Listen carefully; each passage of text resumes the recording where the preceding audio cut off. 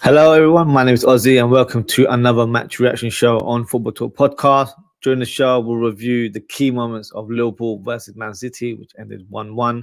Now, I've had 24 hours to reflect on the game, and to be brutally honest, I'm still disappointed with the result. So let's talk about the game in more detail. I'll also present my player ratings. If you're watching live, feel free to send your comments on the live chat. This is a calling show as well. So if you'd like to come on and have your say, the floor is yours. The link is pinned in the live chat. So feel free to wait backstage and I will be getting all the callers on after the player rating. So let's begin with reviewing the lineups. So what I'll do is I'll share a graphic for you guys and we can discuss it in more detail. So here it goes. So this is the lineup. So in terms of Liverpool, pretty much what I expected in terms of the starting 11. The only surprise was the fact that Kwanzaa started, not due to his quality or anything of that nature. I thought Konate might have been available for this fixture. Obviously, the injury that he picked up against Sparta Prague was obviously too much for him to start in this game. Fingers crossed it's not a long layoff, as we've been hampered with so many injuries this season. But in terms of the rest of the team, exactly what I expected. I didn't expect Salah to start. I would have loved for him to have started. But Harvey Elliott takes that right wing role. And for Man City, pretty much what I expected, a 3-2-4-1 formation.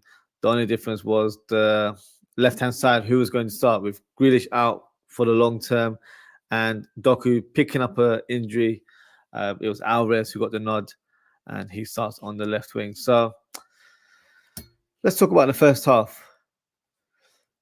Surprisingly, City were very aggressive in the opening 10 minutes. They had plenty of the ball, created a number of attacks. It took the crowd and the fans by surprise. Kevin De Bruyne had a shot from 25 yards that felt like it was going to trouble the keeper, but Kelleher managed to parry it away. Liverpool almost brought the deadlock with a lovely low cross from Conor Bradley on the right-hand side. But Nunes slides into the 6-yard box, but was unable to make any contact on the ball. From there on, Liverpool started to get more involved in the game, picking up a bit of momentum, started stringing more passes and having a lot of possession. But City, out of nowhere, hit us with a killer blow on the 23rd minute. Kevin De Bruyne hits a lovely low cross from the corner to fill everyone with the training ground routine. John Stone goes past Nunes and finds himself towards the near post, and then he hits a clever shot past Kelleher. Well executed goal by City. Some fans may argue that there was some pushing in the lead up. Not for me. Nothing that you normally see in a set piece. Pretty much bread and butter in terms of having a little nudge here and there. So no, nothing to suggest that goal should have been disallowed. It was the right goal, and yeah, no further arguments on that one. But despite conceding the goal, I still felt like we were still in the game, as Liverpool were playing some good football, and it was only a matter of time before we saw another goal. And unfortunately, City were close to making it 2-0, as Haaland was one-on-one with Van Dijk on the counter-attack, but our captain defended fantastically and only resulted to Haaland hitting a team effort straight at the goalkeeper. But Liverpool were very close to scoring with a couple of huge chances. The first one was through Harvey Elliott, who hits a dinked ball towards the near post. So Bosley leaps in the air and heads the ball, but unfortunately misses the target. Not the easiest of chances, to be fair, as the goal was quite a bit of distance from Szoboszlai, and he had to generate power on the header as it wasn't directly on the plate. He had to kind of angle it to kind of execute that motion there. But unfortunately, he wasn't unable to hit the target. The second chance, however, this was one that for me was a huge miss. Luis Diaz comes infield and finds himself half a yard, takes the shot from the edge of the box, unfortunately drags it wide. Should have done much better there, in my opinion. Pretty much had the whole goal to aim at. To hit it wide in that distance, for me, not acceptable. Just before halftime, Kyle Walker finds himself in the attacking half, hits a low cross towards Kevin De Bruyne, but that cross was hit with too much power and goes past everyone. So overall, an exciting first half. Disappointed to be trailing, but at the time, I was very positive and thought we could still get something out of the game in the second half. And In the second half, Liverpool got their moment as Ederson lashes out on Darwin Núñez in the box to concede a penalty. Now, at the time, I didn't think too much of it as he got a yellow card. But looking back, that could have easily been given as a red card. A reckless challenge that actually resulted to Ederson picking up an injury. And I've just heard earlier on today that he's been ruled out for 4 weeks in terms of his injury. So, yeah, he'll be missed for City. But Mac 10 steps up to take the penalty and converts the ball into the corner with great style and precision. Lovely finish from the Argentinian. It's game on now. The crowd is in full voice, and we've got a real game in our hands.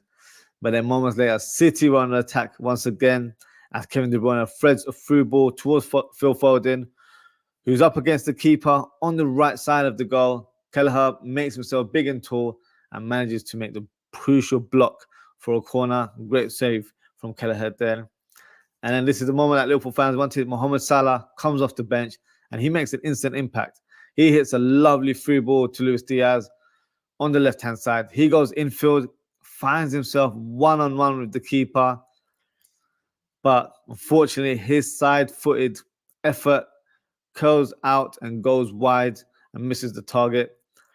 Huge opportunity to score. And honestly, one we will regret, as that was the moment to take the lead. Núñez then has a glorious chance to score as well moments later. Robertson, who's just come off the bench as well, hits a low cross towards the near post. Núñez makes contact on the ball, but not enough. Unfortunately, the ball ended up hitting Ortega's hip to make the block. Then there was a slight awkward moment where it could have gifted City the lead.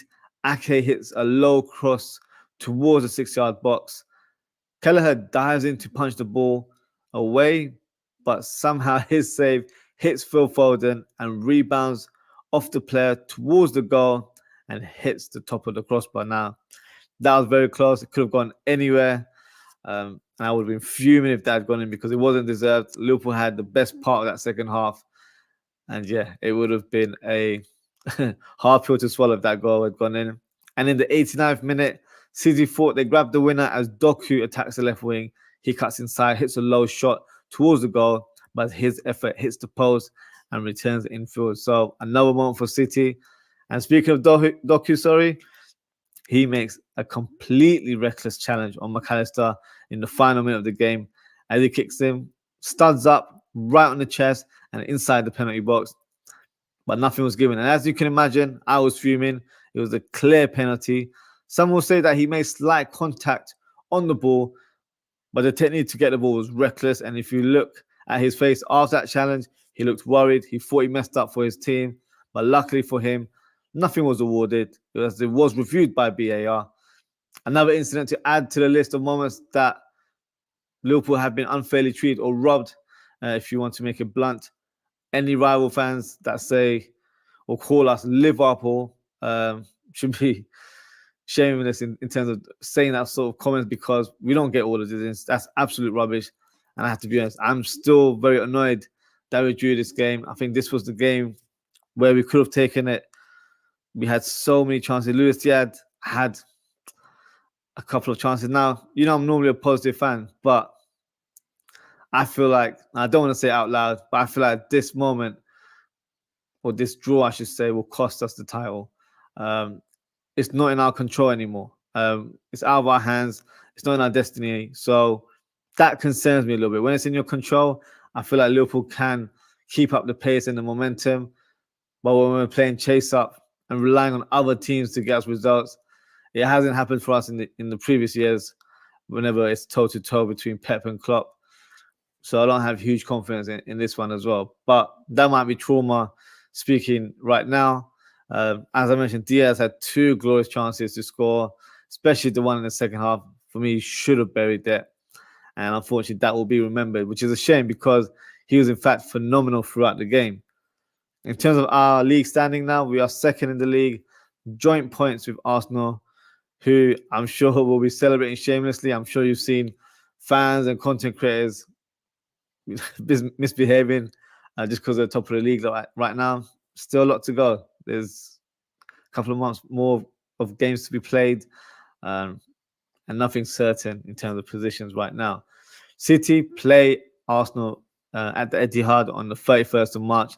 Another huge game in the title race, but I still feel deflated about this result. Some may perceive it as a slight overreaction on my part, but that's how I'm feeling right now. So what we'll do now, we'll go ahead and do the player ratings. If you're watching live, feel free to drop your ratings in the chat as we go along. I've just got a couple of comments here from Richard. Let's go with this first one. So it says, hi, Ozzie and Liverpool fans. Assalamu alaikum wa alaikum assalam to you, Richard. Ramadan Kareem to all my brothers and sisters who are fasting this holy month. Free Palestine and love be all Muslim around the world. Many thanks. You never walk alone. Beautifully said, Richard. And that was something I was going to reflect on towards the last stage of the show. But yes, Eid Mubarak to all my viewers, brothers and sisters. May this holy month bring you happiness, peace, and prosperity in your life. And always have a thought for the people in Palestine who are going through such tragic times right now. I'll say always have a prayer for them. And in this month, you know, it's very important to be charitable. So please donate your money towards good causes like helping out for the poor, especially all over the world. So yeah, definitely one for thought right now. So yeah.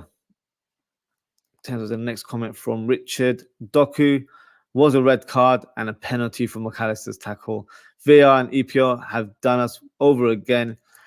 And with Diaz's goal, Odegaard's own handball, and Doku flying kick, refs and VAR need reviewing immediately. Couldn't agree more, Richard.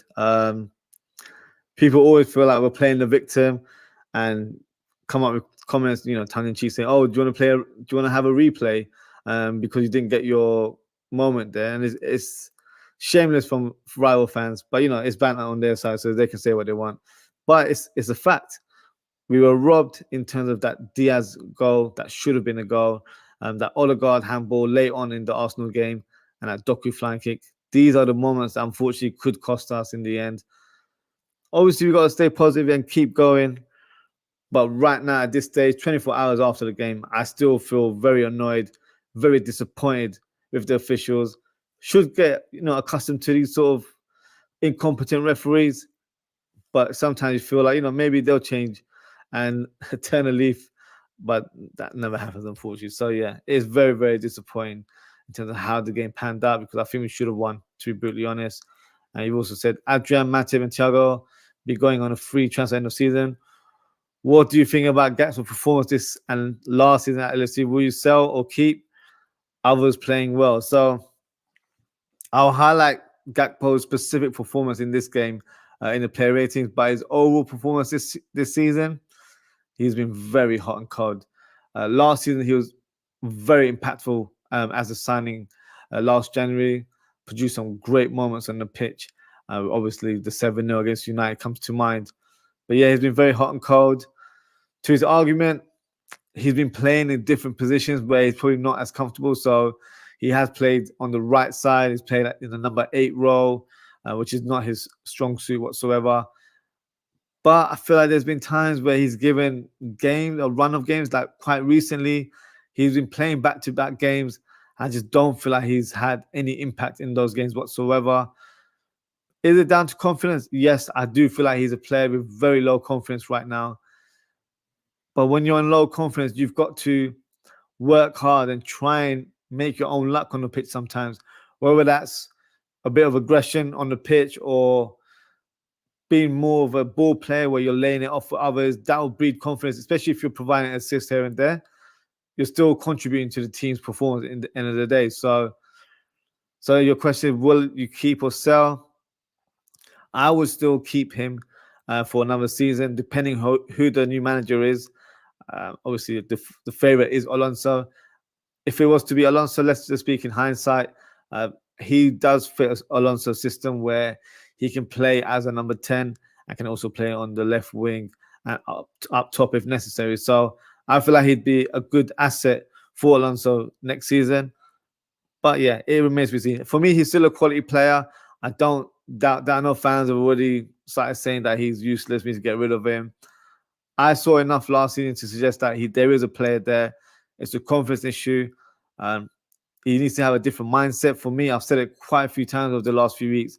He needs to change his game a little bit. needs to add a bit more aggression, a bit more urgency, because I haven't seen it in the last few weeks. So it's been disappointing because you do see players like Diaz stepping up. You know, he's been playing on the right wing sometimes centrally when Salah was at AFCON. So in those kind of roles, you have to adapt. Even Jota was playing on the right side and did a decent job. So it's not an excuse. You should have that mentality to adapt, or even if you're not playing like for like as a different player, I feel like you should try and use your skill set or use your strengths and utilize that role a bit better than what he has done, in my opinion. So I feel like he should be given another season, and then we can take it on from there. But I know a lot of fans are ready to sell him. But hey, everyone's entitled to their opinion. I've got a comment here from Patroy Smith. Thank you for your comment, Patroy. He says Mac hit the ball first in penalty. And then we've got some more comments here. Richard said, we keep players that are not doing well for a long time, but we need to sell to buy a club. Well, hopefully next season there's a different approach when it comes to transfers and keeping players that are not doing well.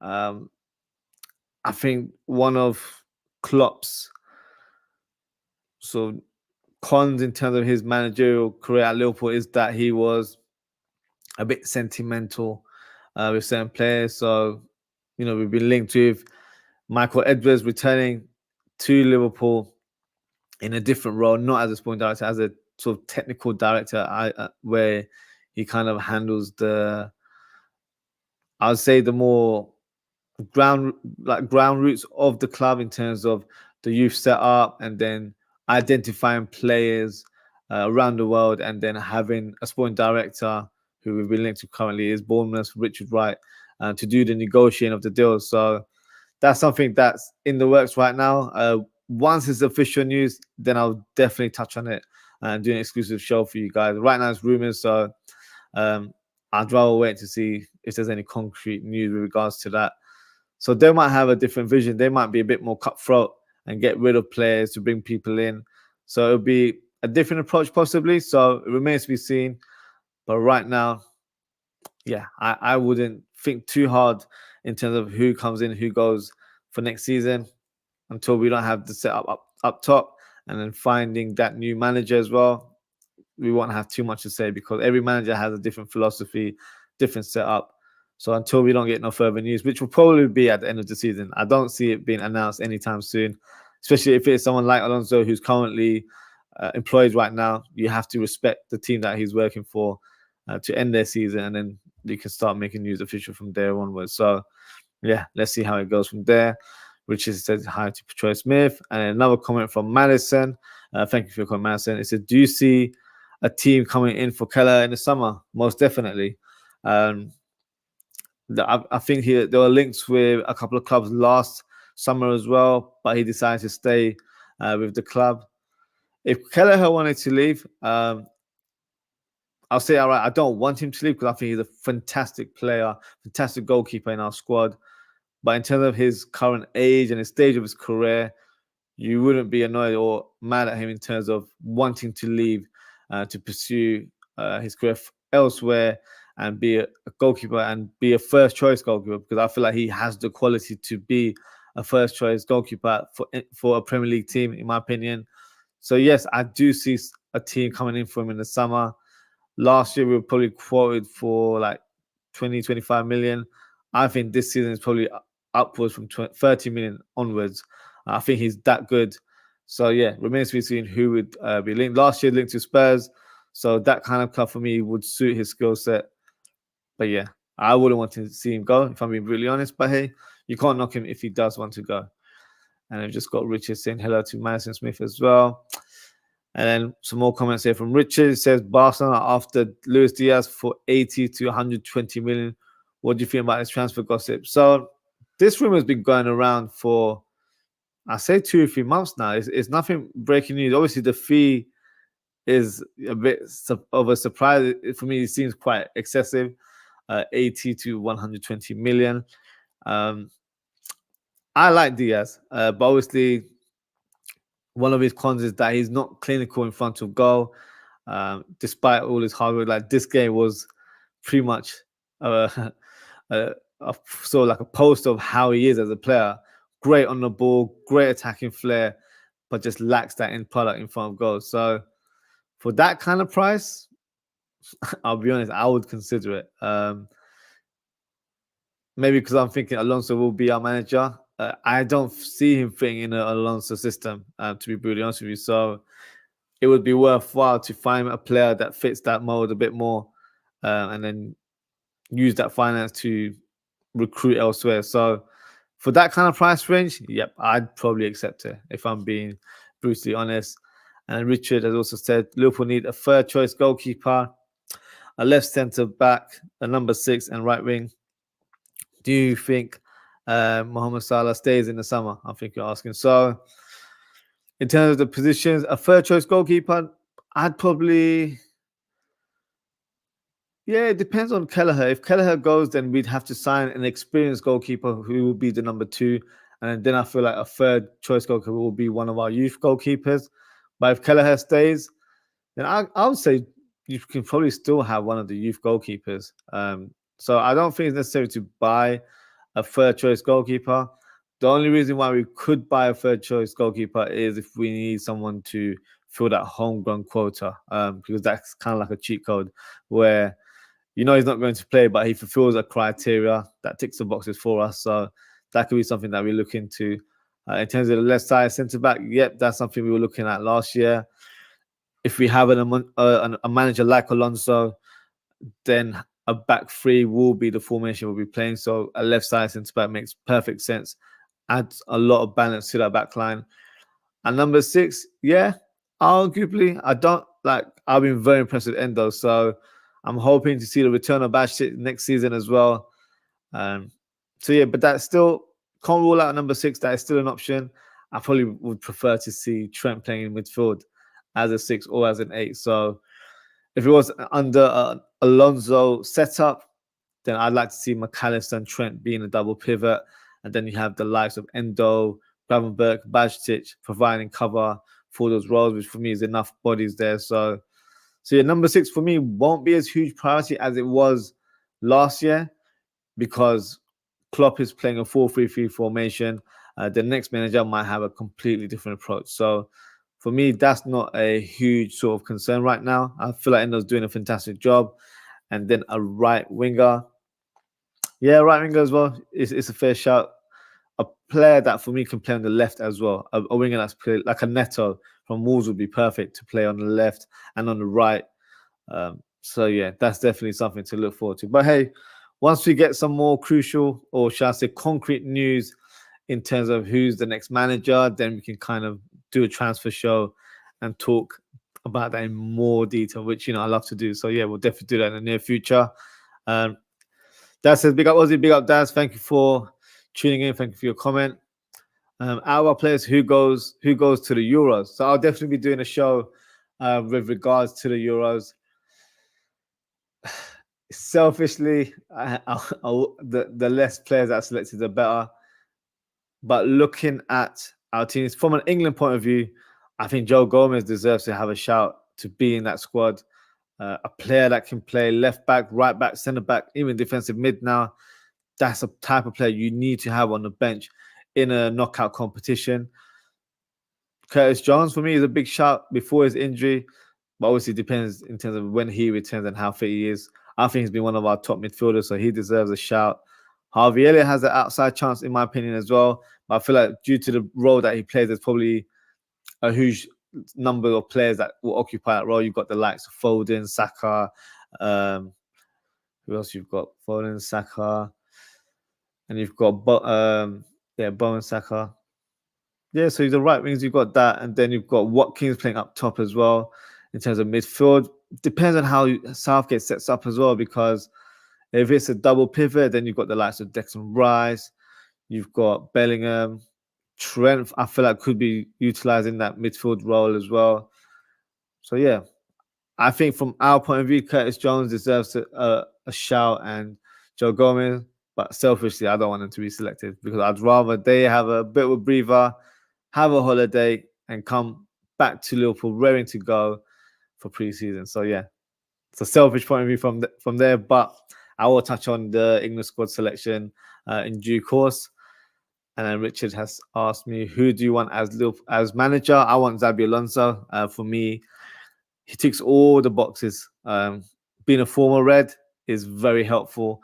But in terms of not only that, he's been a top elite player over the years, and he's played under some amazing managers, which you can see traits in his managerial ability right now. So you've got traits in from Benitez in terms of his defensive setup, just like Mourinho as well.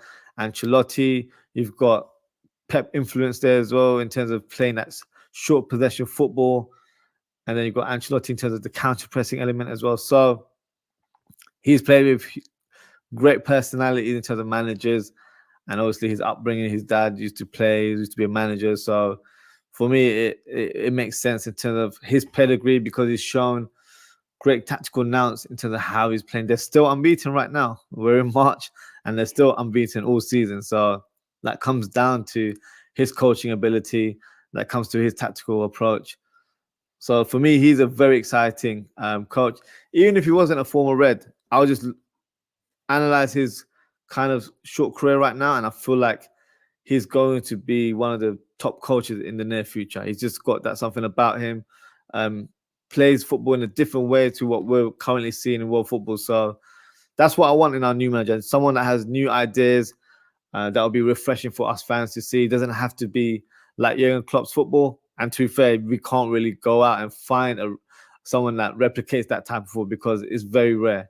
And to have a manager like that, yeah, 1 in a million. You don't find a Jurgen Klopp just outside the blue. So it's going to be very difficult to replace him like for like. So let's go for a different approach. Let's go for a manager that has a different approach in football, a different philosophy, but just as effective, because he's great. His teams are great in terms of high possession football, but they counter press just like the way we do at Liverpool. So it's a good balance in my eyes. And then Richard said, do you like FSG as owners? Yeah, that one definitely splits opinions. I like the way how they conduct business in terms of finding players that are on the verge of hitting that world-class level. So finding players in that 30 to 50 range, because I don't think it's all about splashing the cash just because someone's a trendy player or someone's, in fashion right now to try and sign because they've had a good purple patch. Prime example, look at Endo. We all had our eyebrows raised when we signed him for 16 million. We were linked with the likes of Caicedo for 110 million. We were linked with Lavia for 55, 60 million. And look, I'd prefer Endo over these two all day. So it's not just about finding the marketable player right now. It's finding the right player to fit in the system that you're currently playing. So for that, our recruitment in terms of our record under FSG, especially under Jurgen Klopp, has been very good. My only concern or my only issue with FSG is I don't think they invest enough. And I think they've always solely relied on sell to buy in the past. I think in the last 2-3 years, that hasn't been the same approach. But I don't feel like they invest enough, in my opinion. So, and I'm not even asking for players that are like 80, 90, 100 million pounds. It's just finding players that helps complete the squad, because there's always been seasons or summers where we're missing a left back or we're missing a centre back or we're missing an attacker. We're always short in some areas, and we have to kind of make shift players to play in certain roles in certain times of the season. So that's what I find frustrating as for FSG as owners. But you have to tip their hat off. Business wise, they know what they're doing. They've put us in a good position as a football club in general. So no, I don't think they're bad managers. I just don't think they invest enough, in my opinion. There's been definitely lapse of that over the years. But in terms of what they did last season, you have to give them credit. They allowed us to sign 4 midfielders. Let's see what the future holds. But I do see them as good owners. Just don't feel like they do enough at times, in my opinion. Which is also asked, which players do you want in the summer? So it depends on the manager. If it was Klopp, then I can easily just tell you who it is, because we know Klopp plays a 3-3-3, 4-3-3. Sorry. But if it's under Alonso, I think a left side centre back that you touched on would be number one target. So someone like Inacio from Sporting Lisbon for me still fits the bill. A right wing back as well. So Conor Bradley's doing well, but I'd like someone else to either provide competition or someone that can challenge Bradley as well at the same time. So Frimpong at Bayer Leverkusen is definitely one that fits the bill, but I don't see any Leverkusen players coming to Liverpool. So maybe someone like Alexander Barr, who plays for Benfica. So if you're not aware of him, try and check him out on the Europa League. Benfica still in the competition. He's someone that I've seen in the past, and he's very impressive, flamboyant wing back from Denmark. So that's someone I like, or someone that I feel like we should consider in the summer. And then possibly another attacker, maybe like a Neto. But Neto's injury record is a bit of a concern. So another attacker, another wing back, even maybe a number 10 could be a shout. So it just depends on the system. But we'll see. We'll see what the future holds in terms of who the next manager is, and then I can elaborate in terms of which player I exactly want us to sign next season, and which is also when is the injured players will be back. So Alisson and Trent will be back from what I've heard after the international break. So that is 2-3 weeks away. Thiago, I feel like he's ruled out for the season, so he's a no-show right now. Curtis Jones, I think, will be next month sometime, so I think he's a few weeks away. Jota's out for a couple of months, so I don't know if he'll have any involvement. If he is, he'll be fit towards maybe the last 2-3 weeks of the season. So very difficult one, especially coming off an injury like that. So yeah, it's a bit of a tricky one right now. Bajtic, I have no idea. I thought he was in training. He could be in the squad in the near future, but due to the nature of his injury, I feel like they're just being a bit more hesitant or be a bit more cautious with playing him in certain games, so they don't aggravate any further. So no, Alisson and Trent, they're the ones we're missing right now. The rest of the squad, the rest of the team looks fine. Hopefully, we can get Curtis Jones and Jota back as well, but they don't seem to be returning anytime soon, unfortunately. So let's see how it goes. And then Richard also said, next game, Sparta Prague, Thursday evening. Yes, Europa League and Manchester United this Sunday, FA Cup. Yep. Big games coming up this week. I'll be doing match previews for both shows. In fact, I might even do watch along. I've started doing watch along, guys. So yeah, if you're fed up of listening to Gary Neville or these Sky Sports commentators talking nonsense, why not just put me on in the background and watch me talk as the game's going on? So yeah, make sure you feel free to tune in. I'll be doing the Sparta Praha one, and I'll most likely be doing the United one as well. The United one will be a bit of an emotional one, so you might see a few rants here and there. But hey, it's all entertainment at the end of the day.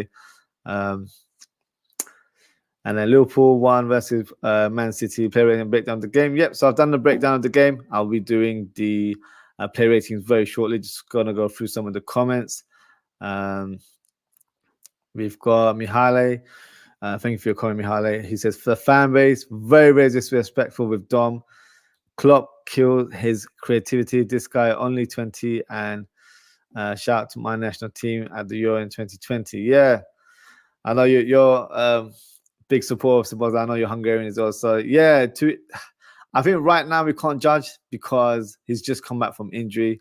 But under the new manager, it might be a different story. You might be speaking praises next season because, you know, if it's Alonso, he'll be playing in a more natural number 10 role, which I know you've mentioned before in the past. So yeah, and obviously good luck to Hungary in the Euros as well.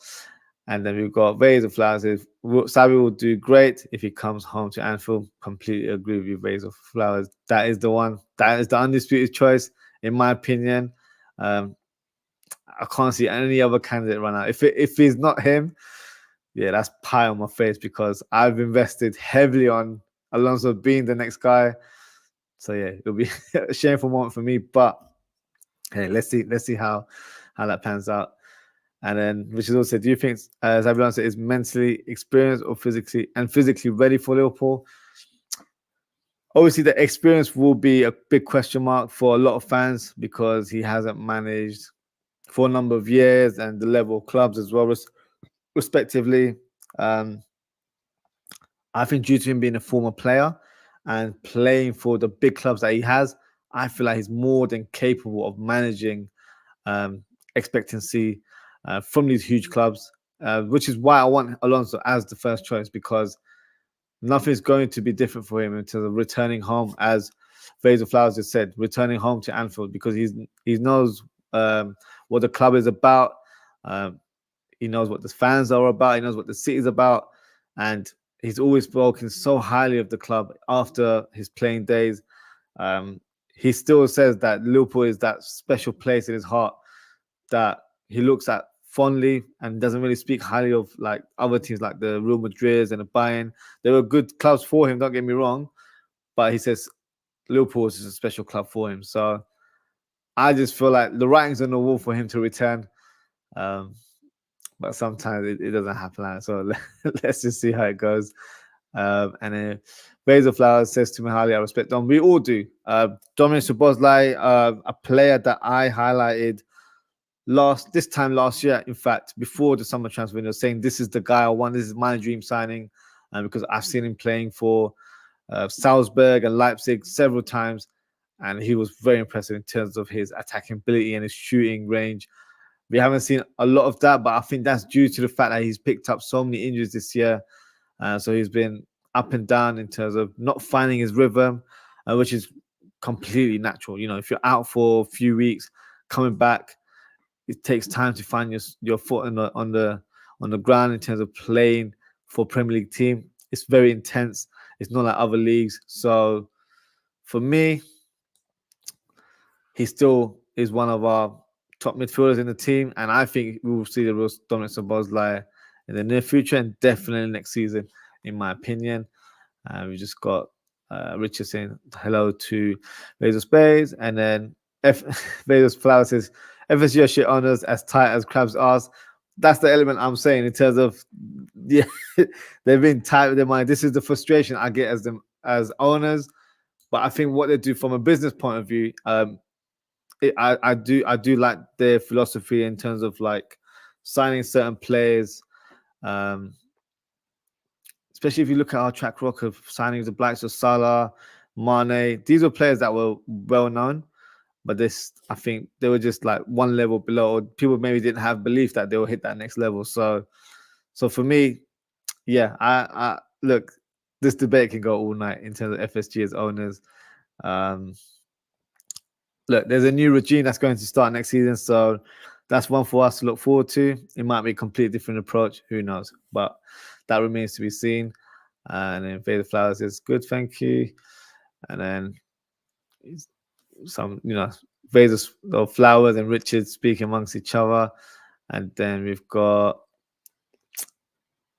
Vader Flowers saying FSG are better than the previous owners, but that isn't too hard now, is it? No, they were they were pretty awful, to be fair. So yeah, it wasn't a hard one to replace. But yeah, okay, what you're saying exactly. And then sorry, Mihaly says feel bad about Dom. Dom is the future of our midfield. 100%, he is the future of our midfield.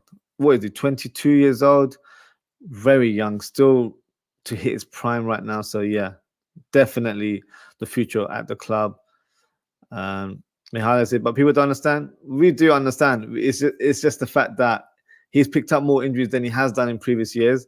So it's him finding that he's finding his rhythm, that confidence again. I think because he's so athletic as well, he can do the job that club is asking him. But we saw some of his good moments early in the season, and a lot of people were impressed. So Liverpool fans were happy that he's returned to the team. Waiting for him and waiting to see him raring to go now. Which said, Szoboszlai is a great player and has the highest ceiling at the club. 100% he does. And then Don would flourish under Xabi. I think, yeah, that's exactly what I said. As a number 10 in Xabi Alonso's system, he'd be perfectly suited. So that would definitely be his role. Makai's a fantastic advanced 8. I've been impressed with him as a 6. I'm not going to lie. I feel like he could do both roles completely. But yeah, it's good to have a player that can be effective in two roles the way McAllister has shown. So no, fair play in terms of his performance, and I think it's been our best signing this summer. Vase and then Mihaly to Vase said he's not that defensive midfielder. He's like attacks and always on the ball. He's playing as a number 8, so he's not playing as a defensive midfielder. But I understand in terms of he's probably having to do more tracking back. But that's due to our tactical setup in terms of Trent being an inverted fullback. So that means Szoboszlai has to shift towards the right side and cover his ground. So yeah, if he doesn't have to do that kind of work, then he's able to focus more on attack rather than defending for the team. But I think he will evolve as a player playing in the system, in my opinion. So if he plays as a number 10 going forward in Alonso's system, then yeah, he will get the rewards of his hard work this year. And then Vase Flower says we need Jota back so much. We certainly do. We certainly do, especially looking at this game, because some of those chances Jota would definitely have scored. We just like that gunman in front of goal. Unfortunately, we don't have that killer instinct. Nunes has shown plenty of moments this year. Diaz for me just hasn't done enough, and that's just my criticism of Diaz. I think he's improved his overall game, but that's the part of the game he needs to work on harder for me. Because those 2 misses, in my opinion, could cost us in the end, unfortunately. And I don't want to be the bearer of bad news. Richard says, hi to Mihaly, how are you and how's your family? Done with a fantastic player, many thanks. So yeah, a lot of love and respect for Szoboszlai, especially on this channel. I'm one of his biggest fans, so you won't be hearing me talking about Szoboszlai in a negative light. You know, I'm very honest with my assessment of players when we play matches, when I do my player rating. So if he's had a bad game, I'll be brutally honest. But everyone knows, especially if you followed me in this past season, one of my favorite players. So it goes without saying. And it's sad to see people put on the 8 shirt off. Nah, it's not. That's not the case. That said, I enjoyed yesterday. Yeah, it was an enjoyable game, but it was stressful at the same time. As I did the watch along, yeah, some of the football was good. Don't get me wrong, but it was just our finishing up front, especially in the second half. We were so dominant, and people were speaking more about City having a poor game in terms of Rodri not stepping up and De Bruyne not really having much of an influence on the game. That's down to our hard work. That's down to our setup and how the way we played. So yeah, very, very disappointing. But yeah, from a neutral point of view, definitely a good game yesterday. Ray the Flower says VAR has been a disaster for Liverpool. Great for Man City, but crap for LFC. Yeah, it's true. Like you don't see any last minute drama when it comes to Man City. Let me know in the chat. I don't recall anything of that nature for Man City. It's always Liverpool. We always get those odd moments where, you know, a penalty shout or disallowed goals when it's quite frankly a blatant goal. It's frustrating, but obviously we're the victims apparently. That's what fans call us. So yeah, it is what it is. And then Richard said we need to win top 6 teams. We need to stop with the draws. Yeah, this was the one that I was expecting us to get the 3 points, to be fair. The draw at Etihad is always, our record is terrible at Etihad. So the draw was a decent result in my opinion. But this is the one that I thought we would have got it. And the way we played, I think we deserved it in the end. So yeah, we'll see how it goes, unfortunately. Hopefully it doesn't cost us in the season. I just have that feeling, unfortunately. I feel like it will. But in this case, I'd love to be proven wrong. So yeah, if we are, I'm not mad at it at all. Richard says, hi Mihaly, what is his exact position? Szoboszlai, what do you want from him and what is his best attribute? So I think we can, as Liverpool fans, I'm sure we can answer that. I can answer that in terms of Szoboszlai because I've seen him play over the years. Naturally, he's a number 10, but because of his athleticism, he can play as a number 8. For Leipzig, he did play on the left wing quite a bit. So he's a multifunctional attacking player. So he can play in different roles. That's what I'm saying. In our system, he suits us in that number 8 role. It's just that he's picked up niggling injuries here and there, which has stopped his rhythm and momentum going forward. Because for the opening few months of the season, he was fantastic. Probably arguably one of the best midfielders in the league. So obviously, in terms of the future, depends who we have as manager. If we have Alonso, he can definitely play that number 10 role and really flourish. The way Florian Wirtz is doing it right now for Leverkusen, that's exactly what Dominic Szoboszlai is capable of doing. So yeah, we've got a special player in our hands. Let's not be around the bush. We know what he's capable of doing. Mihailov feels like he's getting disrespected. I haven't seen it personally. If it's on social, never take social media as gospel. Never take it as a true reflection of how we fans view Szoboszlai. Take any comment from social media, whether it's good or bad, with a pinch of salt, because I can tell you for a fact on this channel, we haven't spoken reckless about him whatsoever. So we know he's a top player. That's to do. You need a guest for the United one. Ozzie, I can send you a link for Maisie's. She's a United fan. I know Maisie. So yeah, drop me a link. Daz, I haven't really set up in terms of like my guest for this week. But yeah, I'll see how the week goes. Yeah, even if it's not this week in terms of having a guest for that United game, we do have another United game in the Premier League in the next couple of weeks, I think, 2-3 weeks. So I'll definitely try and get a guest on there. But yeah, feel free to drop me a DM. I am aware of Maisie. Shout out to Maisie. I think we have spoken in the past. So yeah, it's definitely something that I'll look into in the next day or so if I can. And then Richard said we support all our LFC players and LFC fans. You never walk along.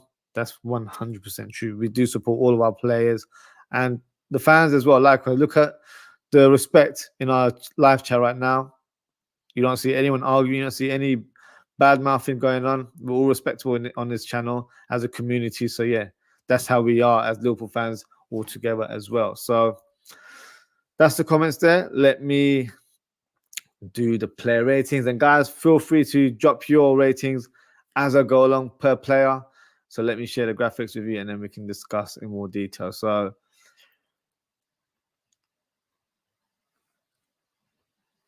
let's go with Kelleher. So Kelleher, another solid performance from the goalkeeper. Really impressed with him in terms of his shot stopping. Looked confident on the ball. Distribution was decent as well. Had that one awkward moment, that odd moment where he tried to parry the ball away, ended up hitting, falling on the back or his head. I can't remember now. And then rebounding or deflecting back towards the goal and hits the top of the crossbar. If that had gone in, that would have been such an embarrassment of a goal to concede. But luckily for us, that never happened. But overall, I thought he was very, very solid. So I'm going to give Kelleher an 8 out of 10. In terms of the backline, Joe Gomez, for me, had a good game. Had to alter his positions quite a few times. Played right back later on in the game. Passing was good. He wasn't shooting as much. He had one shot, and I was doing the watching. I thought he was about to score, but yeah, it wasn't to be. But yeah, another solid performance from Joe Gomez. Very, very impressed with him. I thought it was the right decision to play him in this game. I wasn't in favor of having Robertson start due to the fact that I feel like he was lacking match fitness. In the last couple of games, I wasn't very impressed with him. So I feel like in this game, it made sense to have Joe Gomez at left back and also going face-to-face against Phil Foden, who's a left-footed winger, and obviously Joe Gomez, a right-footed defender. He would be able to kind of block any tackles as Phil Foden cuts inside. So for me, tactically, that was the right setup. And I feel like he had a decent performance altogether. So for me, Joe Gomez gets an 8 out of 10 as well.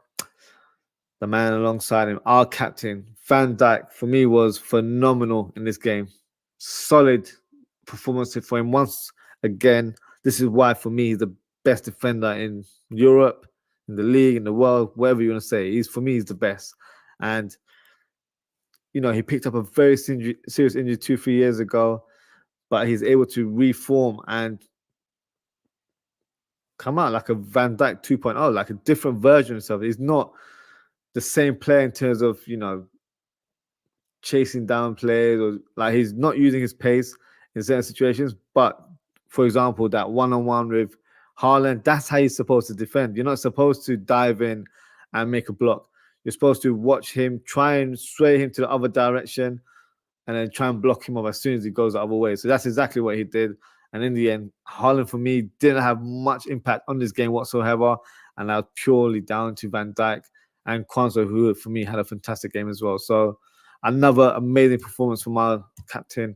For me, a 9.5 out of 10. Kwanzaa for me was phenomenal as well. Really, really solid performance from him. On the ball, fantastic. Defensively, really good. Covered Van Dijk at times as well. Yeah, very, very impressive his performance. Considering he probably wasn't expecting to start due to Konate being the most likely defender to have started in this game, as he does in the big matches that we play. I feel like he did very well to come in and, yeah, so calm and composed on the ball. So impressive. Good to see another youth player coming down the ranks. And yeah, for me, he's pretty much Matip's long-term replacement in the team. So his performance, I'm going to give him a 9 out of 10. Um, Now, in terms of Conor Bradley, I thought he had a good performance in this one as well. Definitely had an attacking influence where he was charging down that right wing, causing havoc for Ake, and then had that good cross where Nunes just wasn't able to make any contact. Only played an hour, but I think he's played a lot of games, so we need to manage him, make sure he doesn't burn out anytime soon. But overall, I was very impressed. I thought he had a good game, not his best game to say the least. So I'm going to go for a 7.5 out of 10 for Conor Bradley. Endo, what a performance from Endo. So impressive. Really stepped up in this one. Managed to check his pockets after the game because where was Kevin De Bruyne afterwards? He kept him quiet in that game. And that's not for me. I'm not even trying to be shameless. He didn't allow De Bruyne to have real influence in the game, tackled him so many times, and yeah, barged him off the ball, did what he has to do as a number 6. Break up play, but his passing on the ball was fantastic. So neat and tidy on the ball. He's been a steal at 16 million. I know a lot of eyebrows were raised. I won't say hands up, I had the same kind of opinion. I wanted to give the guy a chance because I've seen glimpses of him. Always looked a decent player for me, but I didn't know if he was able to replicate that in a Liverpool shirt in a league like the English Premier League. So fair play to him. He's been fantastic and has been one of our great signings of the summer as well, alongside McAllister and Szoboszlai. They've all done really well. So for me, Endo gets a 9 out of 10. And in terms of McAllister, another sublime performance from him. Great passing range. The penalty when he stepped up for that, beautifully executed. I was so confident he'll get that goal. So never in doubt in terms of his finishing there. Yeah, the incident at the last minute should have been a penalty. Yeah, disappointing that it wasn't given. Hopefully, he hasn't got much of a sore chest after that because that was studded up right on his chest. So yeah, in terms of his performance, really influential. Produced some lovely through ball, dink passes. That's become his trademark pass now. Stinking it over the defense. Found Nunes in one moment, but Nunes wasn't able to convert. But no, I thought he was really, really good in this game. So for me, he gets a 9 out of 10 as well. And Szoboszlai, who we've been speaking about quite a lot on the show, I thought he had a good return to the lineup. I thought he showed good energy, which is something I thought he lacked in the last couple of games, but that's because he's come back from injury. And yeah, showed great energy around the pitch.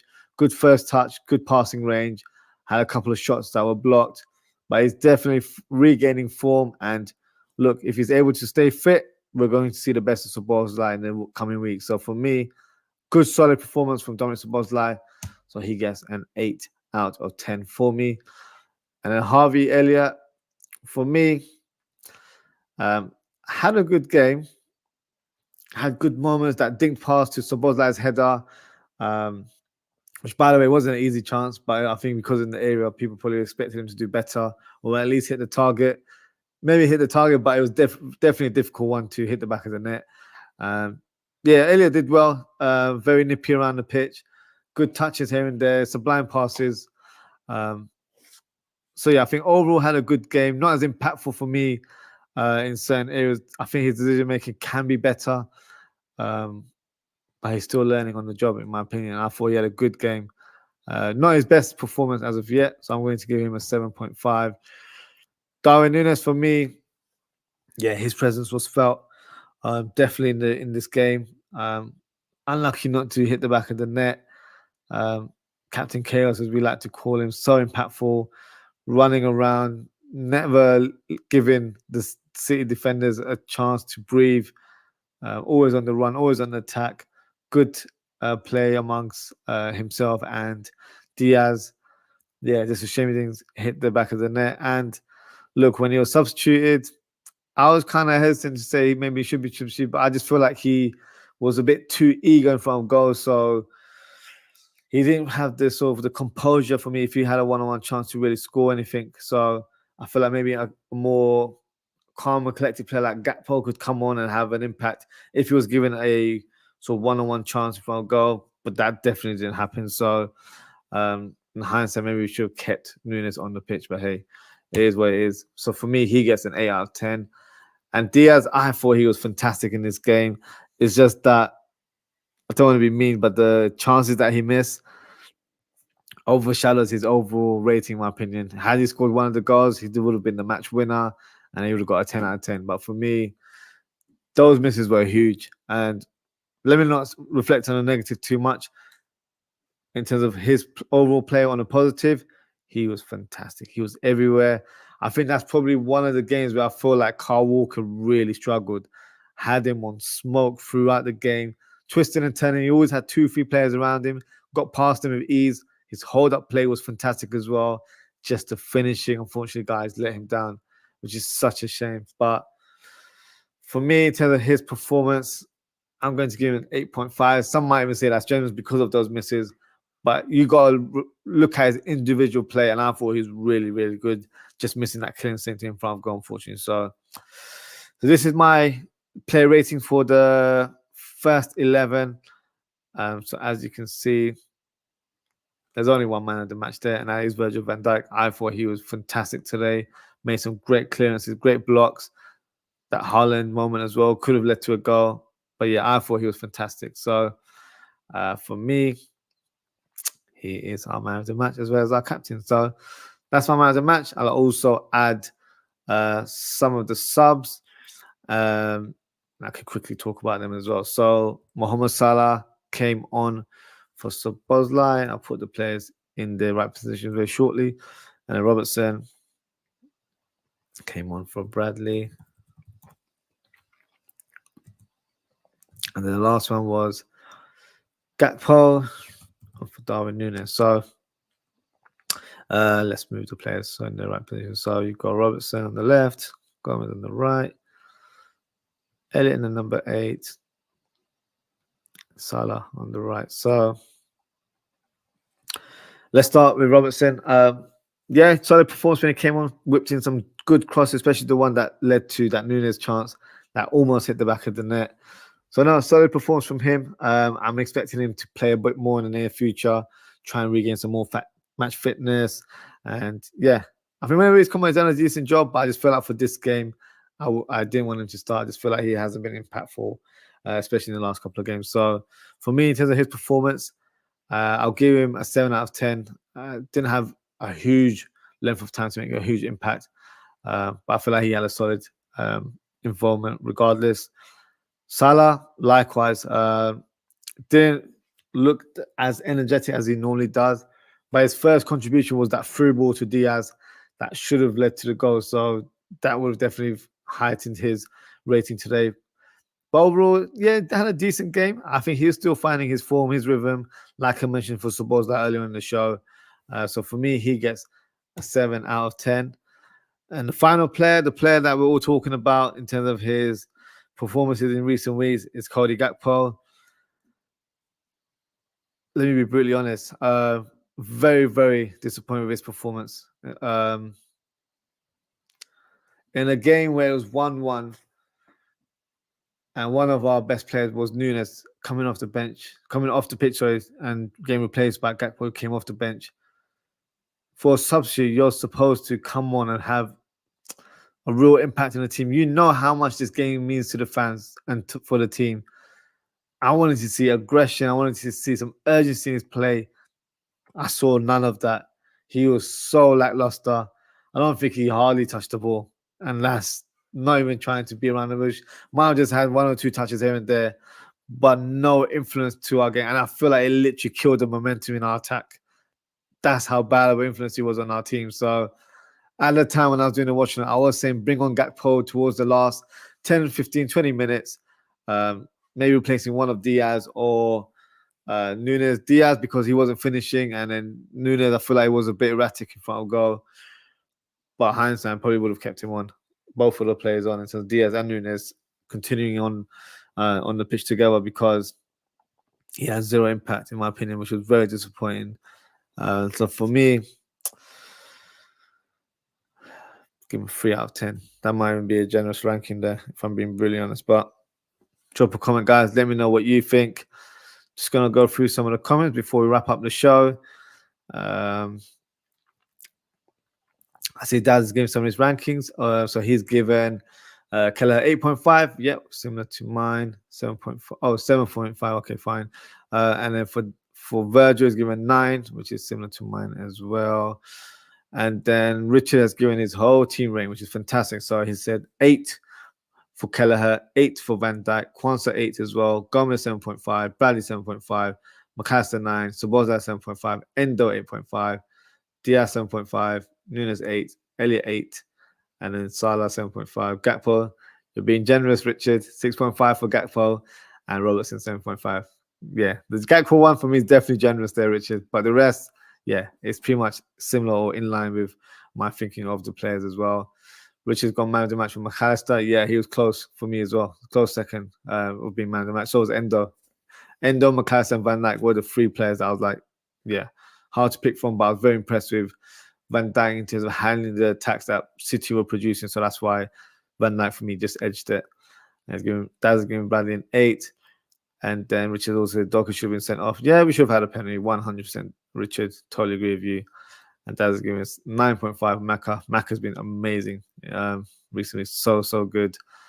And then, yeah, just pleasantry between our community here, just saying hope everyone is well. Yep, hope all your family and yourselves are good. And yeah, and we've got a comment here from Michael. It says, big up, guys. Big up, Michael. Thank you for tuning in. Thank you for your comment as well.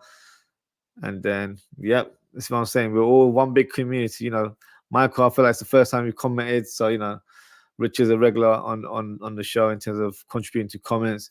So, you know, it shows the mentality. It shows us, you know, how we are as a community. We all treat each other with a lot of respect.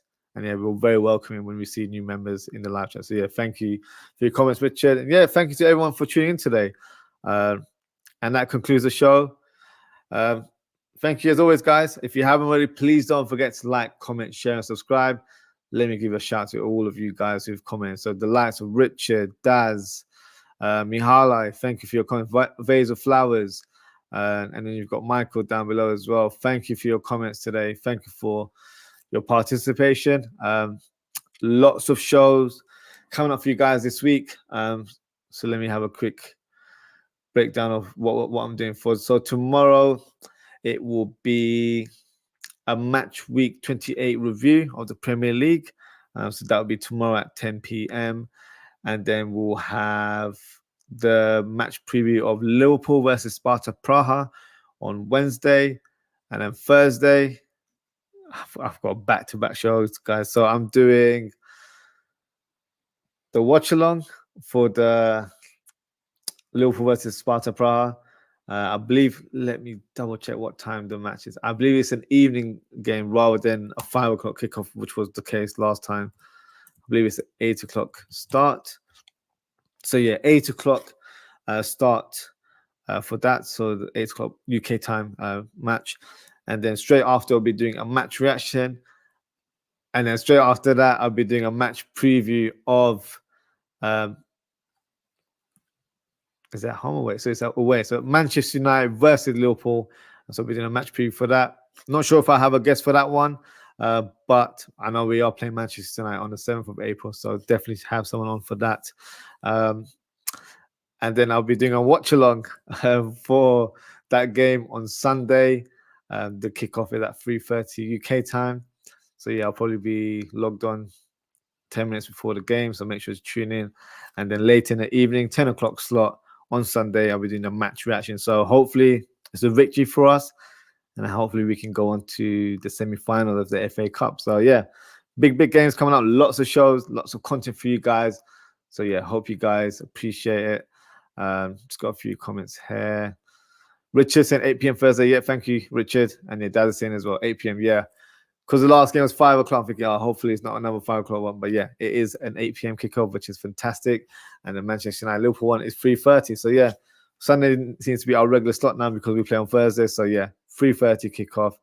The match the other day was a bit of an odd time, 3:45. I was expecting that to be a 4 o'clock one, but yeah, 3:30 on Sunday, and it's on ITV if you're from the UK as well. So yeah, for all the Freeview subscribers or Freeview viewers there, that's the one for us to tune in. But yeah, lots of shows, lots of content coming up for you guys. Take care, everyone. Stay safe, and yeah, I hope to see you all tomorrow. Goodbye.